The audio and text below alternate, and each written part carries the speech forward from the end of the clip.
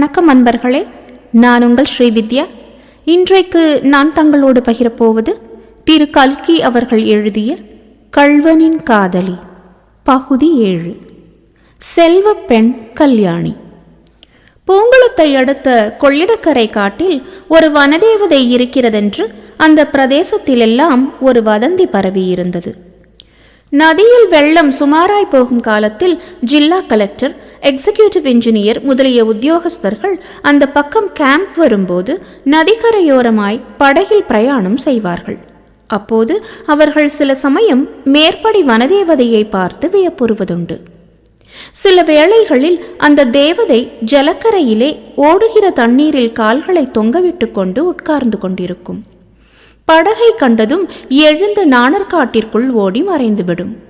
வேறு சில சமயம் அந்த தேவதை நாணற்காட்டிற்குள் ஒளிந்த வண்ணம் புன்னகை பூத்த தனது முகத்தை மட்டும் காட்டிக் கொண்டிருக்கும்.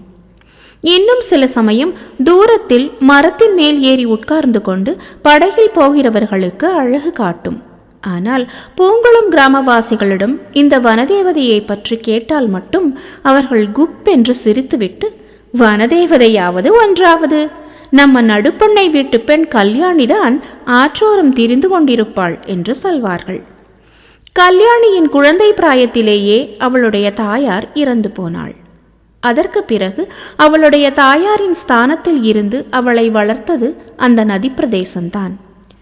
பகலில் பெரும் பொழுதை கல்யாணி நதிக்கரையிலும் நதிக்கரை காட்டிலுமே கழிப்பது வழக்கம். உயர்குலத்தைச் சேர்ந்த ஒரு பெண்ணுக்கு இவ்வளவு சுதந்திரம் கிடைத்திருந்தது அந்த பிரதேசத்தில் சற்று ஆச்சரியமான விஷயமே. ஆனால் அதற்கு தக்க காரணம் இருந்தது. கல்யாணியின் தாயார் இறந்த பிறகு அவளுடைய தகப்பனார் திருச்சிற்றம்பலம் பிள்ளை 2ஆம் தாரம் கல்யாணம் செய்து கொண்டார். மூத்த மனைவியின் சந்ததி கல்யாணி ஒருத்திதான். அவள் மேல் அவளுடைய தகப்பனார் உயிரையே வைத்திருந்தார் என்று சொல்ல வேண்டும். இம்மாதிரி தகப்பனார் பெண்ணுக்கு செல்லம் கொடுத்து வளர்ப்பதை கண்டதுமில்லை, கேட்டதும் இல்லை என்று ஊரார் பேசிக்கொண்டார்கள். மூத்ததாரத்தின் பெண்ணை மாற்றாந்தாய் படுத்துவதென்னும் உலக வழக்கம் அந்த வீட்டில் கிடையாது. உண்மையில் நிலைமை அதற்கு நேர்மாறாக இருந்து வந்தது. வீட்டில் கல்யாணி வைத்ததுதான் சட்டம். அவள் பேச்சுக்கு எதிர்பேச்சு இல்லை. அவளுக்கு பயந்துதான் அவளுடைய சிறிய தாயார் நடந்து கொள்ள வேண்டும். இந்த நிலைமைக்கு முக்கிய காரணம் திருச்சிற்றம்பலம் பிள்ளை தம் மூத்த மகளிடம் வைத்திருந்த அபிமானமேயாயினும் கல்யாணி பயங்கர சொத்துடையவளாயிருந்ததும் ஒரு காரணம் என்பதை சொல்ல வேண்டும்.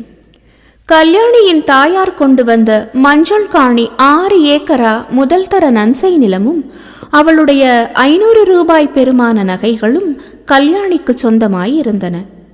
வீட்டிலும் சரி வெளியிலும் சரி இது அவளுக்கு கௌரவம் அளித்தது. ஒருவாறு சுதந்திரத்துடன் நடந்து கொள்ளவும் இடம் கொடுத்தது. திருச்சிற்றம்பலம் பிள்ளை 2ஆம் தாரம் கல்யாணம் செய்து கொண்டதிலிருந்து பெரிய குடும்பஸ்தர் ஆனார்.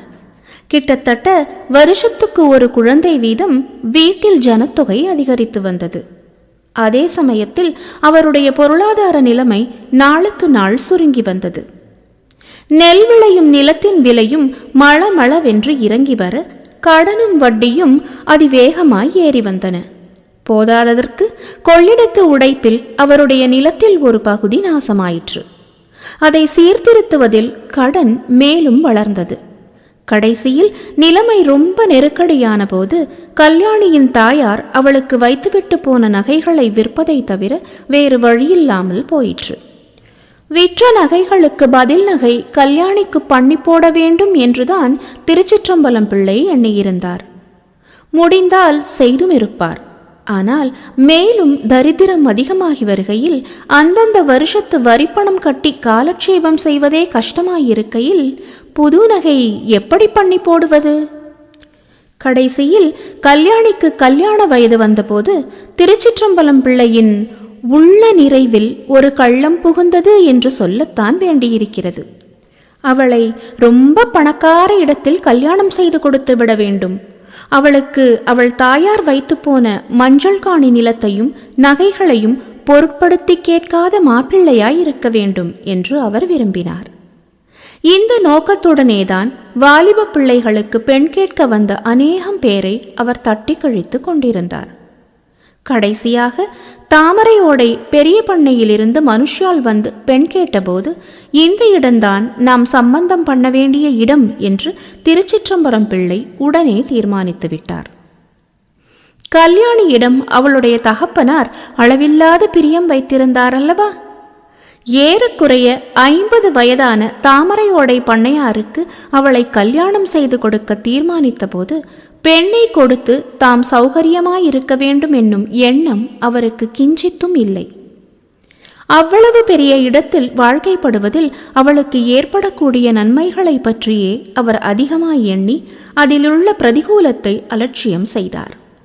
கல்யாணியின் விவாகம் சம்பந்தமாக கேவலம் முத்தையனை பற்றி அவர் ஒரு கணமும் சிந்திக்கவில்லை.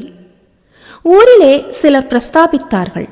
ஆனால் அவர் அந்த பேச்சை ஒரேடியாய் அடித்து போட்டுவிட்டார். நன்றாயிருக்கிறது, தாமரையோடை பண்ணைக்கு வாழ்க்கைப்பட்டால் முத்தையனை போல் 100 பேர் ஏவல் கூவல் பணி செய்ய காத்திருப்பார்களே. வயதை பற்றி அவர் அவ்வளவாக பொருட்படுத்தவில்லை. என்ன பிரமாதம், தாமே 40 வயதுக்கு மேல் 2ஆந்தாரம் கல்யாணம் செய்து கொள்ளவில்லையா? தமது 2வது மனைவியிடத்தில் தாம் உயிருக்கு உயிராய் இல்லையா என்ன?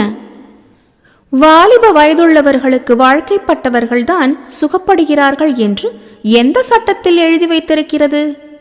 இப்படியெல்லாம் அவர் தம்முடைய மனத்தை சமாதானப்படுத்திக் கொண்டிருந்தாலும் கல்யாணி பிடிவாதப்பார பெண்ணாயிற்றே, அவள் என்ன சொல்வாளோ என்று மட்டும் அவருக்கு திக் திக் என்று அடித்து கொண்டிருந்தது. ஏற்பாடுகள் என்னவோ நடந்து கொண்டிருந்தன. கல்யாணிக்கு எல்லாம் தெரிந்துதானே இருக்கும்.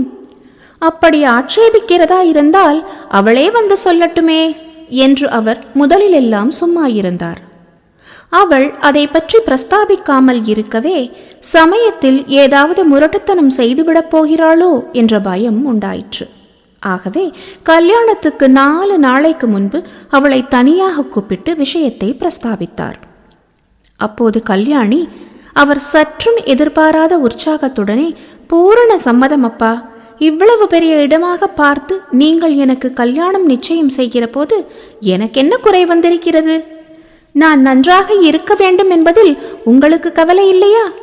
நீங்கள் பார்த்து செய்வதற்கு நான் மறுவார்த்தை சொல்வேனா என்று கூறவும் திருச்சிற்றம்பலம் பிள்ளை உண்மையில் திடுக்கிட்டே போனார். அச்சமயம் அவருடைய மனசாட்சி சற்று உறுத்திய போதிலும் உடனே அதை மறந்துவிட்டு கல்யாணத்துக்குரிய ஏற்பாடுகளை பலமாக செய்ய தொடங்கினார்.